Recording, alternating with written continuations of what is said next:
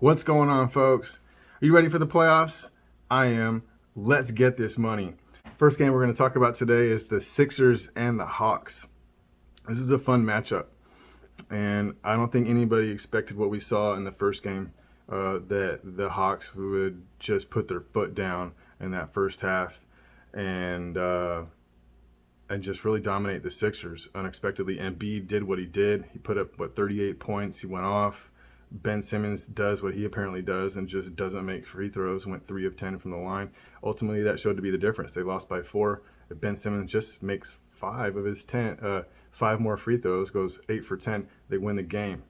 80% isn't too much to expect from a professional basketball player, but Ben Simmons is not a professional basketball player when it comes to free throw shooting.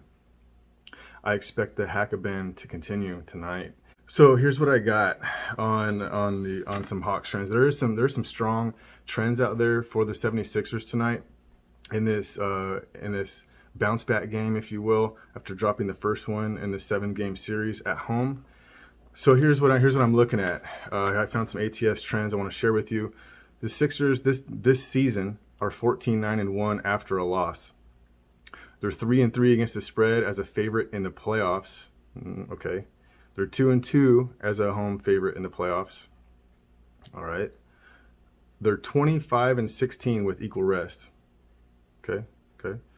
20-15 as a home favorite. These are season-long stats unless I mention it's playoffs only. So they're 20-15 as a home favorite this season. They're 4-2-1 at home after a home favorite loss. Okay, I'm gonna say that again. They're 4-2-1 at home after a home favorite loss. All right.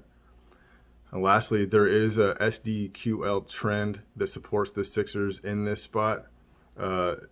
Check out my Twitter at the Hook Picks to check out to see that post. I retweeted it from Barry Bolo, another dude you gotta follow. But check that out. It's an 8-2 ATS SDQL trend for the 76ers in this spot. That all sounds well and good, the season-long ATS trends and stuff. But I'm really kind of honing in the playoff period here. Their ATS trends in the playoffs is not where I like to see it. And in fact, they kind of finished off the year, the regular season, kind of weak. The 76ers did. So in addition to that, I kind of question Doc Rivers' preparation with the team. I just kind of I'm seeing similarities there between him and Budenholzer. Now, it's kind of insulting to even mention Rivers and Budenholzer in the same sense. I get it, but what I'm talking about is just preparation. This kind of came up last year when with Doc coaching. The preparation is just questionable, and I don't see how that's changed. We look at the other side of the ball, and we look at McMillan. Since McMillan has taken over the Hawks team, this is an entirely different team. This is a team you want to get behind. And so on the Hawks side, they're 26-18-1 after a win. Okay, regular season. They're both solid, is kind of what I'm showing you here. They're 3-1 as a road dog in the playoffs. Now that's important to know, because in the season they're 13-11 as a road dog. All right, so they're both positive in the season and even improving so in the playoffs here as a road dog. They're 29-20 with equal rest. They're 4-2-1 after a win as a road dog. So you may have had to write these stats down. I'm going to sum it up for you. The trends from what I'm seeing point to both sides. And in that case, I mean, I can't help but not like the points, especially now that I'm seeing sixes. 2 possessions now the Hawks are getting. And if you look at the box scores from the last game, there's a few things that stand out to me. The Hawks did shoot about 20 more 3-pointers than the 76ers, but they average almost 10 more a game. And the 76ers shooting percentages were pretty much on par with their averages. The Hawks were a little elevated above their averages, about 5% higher from the field and from 3. But the 76ers got 14 more free throws. That's what kept them in the game. but it was Ben Simmons throwing them, so that kept him out of the game. I think we see the same thing tonight, guys. I think if it gets close, you're gonna see Ben Simmons getting hacked because they know he's not gonna make them, and it's gonna slow the game down and give the possessions back to the Hawks. I just I think McMillan is the smarter coach. I think he's got the more desire right now, and this Hawks team has something special going on. So, am I on the Hawks? God, it's tough, man. But for me, that's the only way I could go. I think I'd feel better about the Hawks if I knew Hunter was going to be in. He's so good on both sides of the ball. I want to add one more thing about the 76ers.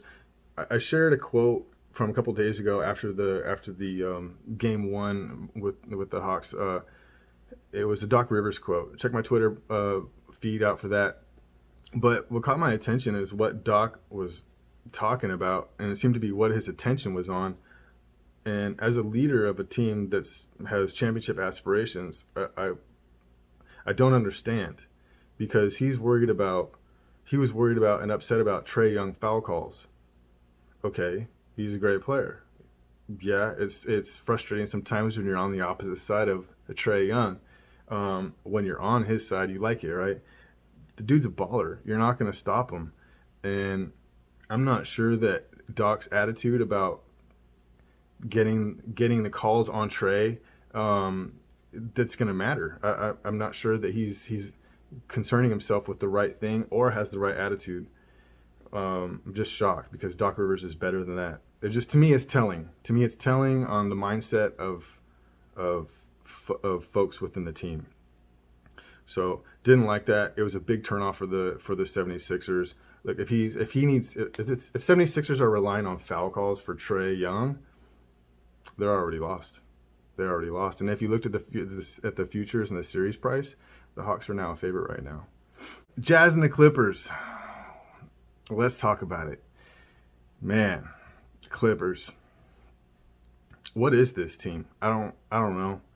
And to start with the coach, is Ty Lue the guy? I mean, he's all right, but is he like a coach's coach or a player's coach? I think Snyder's got his team more prepared than Lue, if you ask me. Just based on the last series that the Clippers played with the Mavericks, it should not have gone 7. All they have is Luka. They got one guy, and Luka had a busted neck for like 2 games, and it went 7. Nah, Clippers too soft, man. They ain't hungry. So let's talk about them Clippers. I got some trends for you I want to share. Again, Barry Bolo, shout out. Got these from him on the SDQL. I will learn how to search on that very shortly. But the Clippers are 2-7 in this spot. That's after a game 7 and less than 5 days rest. And they're also 4-10 ACS after a 7-game series and 1 day rest versus a team with 5 or more days rest. So neither one of those paints a very good picture for the Clippers in this spot today. However, we always keep looking. The Clippers are 13-6 with the rest advantage. Again, this is a season-long stat here. They're 3-3 as a road underdog this year. 26-23 after a win, and they're 4-3 in the playoffs. Look, none of these is impressive to me. The 13-6 with the rest disadvantage. I mean, you'd have to look into to see the matchups. Depends on the teams they're playing. If it's a bottom of the barrel team, that's going to make sense, right? But the rest of these stats and trends, nothing you want to lay money on. Conley is out for the Jazz today, so that will take away one of their outside shooters. But they got Ingles, they got O'Neal, they have Mitchell, they got plenty of other guys they can fire from outside. Continuing to look at the Jazz side, I have some stats I want to share with you.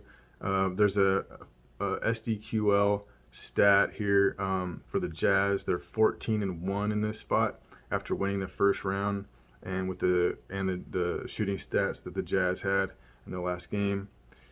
They're 8-5 with the rest advantage. This is a season-long stat. They're 24-13 as a home favorite, 34-21 after a win, 4-1 in the playoffs.